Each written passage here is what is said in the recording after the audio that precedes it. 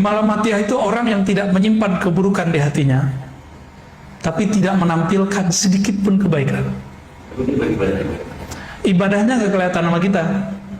Maka orang sholat dia nggak kelihatan sholat, nunjukin nggak kelihatan sholat. Orang kayak gini itu semakin Allah memandang kolbunya, semakin dia ingin menunjukkan keanehan depan orang, biar nggak ketahuan kalau dia dekat kepada Allah. Jadi mereka ini bersembunyi dalam terang. Bahkan mungkin jarang ketemu di masjid, Pak. Kadang ada masjid, ada kafe, dia di kafe. Maka Malamatiyah ini ujian-ujian antara Nabi Musa sama Nabi Khidir.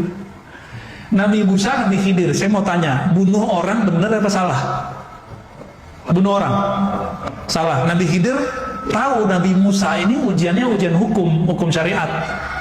Nabi Musa kalau melihat ada orang melanggar syariat itu langsung darahnya naik, karena beliau simbol nahi mungkar. Nabi Musa itu bukan karena pengen disebut ahli nahi mungkar, tapi karena beliau emang seorang Rasulullah, emang haknya. Ujiannya siapa? Apa pantangan Nabi Musa dibuat sama beliau? Bapak ini suka jamaah, nanti akan diuji oleh Allah. Tetangga nggak sholat jamaah, hatinya bilang apa?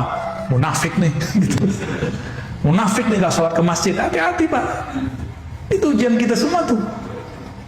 Coba aja rasain pulang ke rumah, ya kelihatan kok pulang subuh lampunya belum mati juga nih, belum kedengaran ada bunyi keran hidup nih.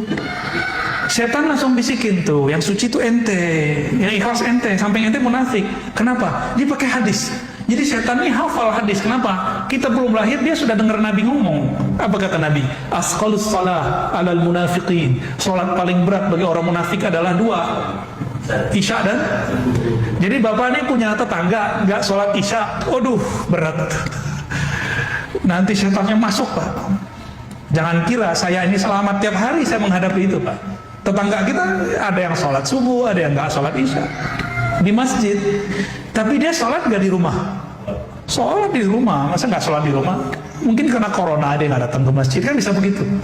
Atau mungkin dia punya mazhab. Imam Ghazali ini punya satu mazhab yang beda sama yang lain. Bagi beliau, orang yang hatinya berpenyakit berat dianjurkan dia berkhalwat.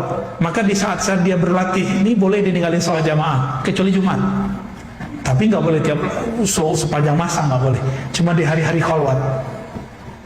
Tapi pandangan ini ditolak oleh para imam kita. Imam Barkawi, ya, imam pensyarah kitab Ihya Ulumuddin menolak itu. Itu persoalan fikih. Tapi Imam Ghazali kan ngerti dirinya sendiri. Ya. Beliau itu riaknya karena posisi. Dulu beliau kan profesor, gelarnya Hujatul Islam. Jadi semakin tambah ilmunya, tambah gelarnya, wah ini semakin tinggi, semakin kuat pengaruh riaknya. Dan Imam Ghazali orang yang mengalami, mengidap penyakit itu semua di waktu beliau terkenal. Maka beliau menghilang 10 tahun, diajarkan Asmaul Husna oleh Imam Abu Ali Al-Farmadi, dan berzikir dengan itu. 4 tahun sebelum wafatnya beliau balik ke Baghdad, lalu pindah ke kampungnya dan bikin surau atau zawiyah pesantren kecil. Di situlah beliau mengajarkan kolbu. Lahirlah kitab Ihya Ulumuddin, ya, menghidupkan ilmu agama yang zahir plus batin. Tidak hanya zahirnya, tapi juga batinnya. Semoga kajian ini diridhoi oleh Allah. Semoga kajian ini bisa membimbing kita, membersihkan diri saya pribadi dan kita yang hadir, kita mendengarkan. Amin ya rabbal alamin.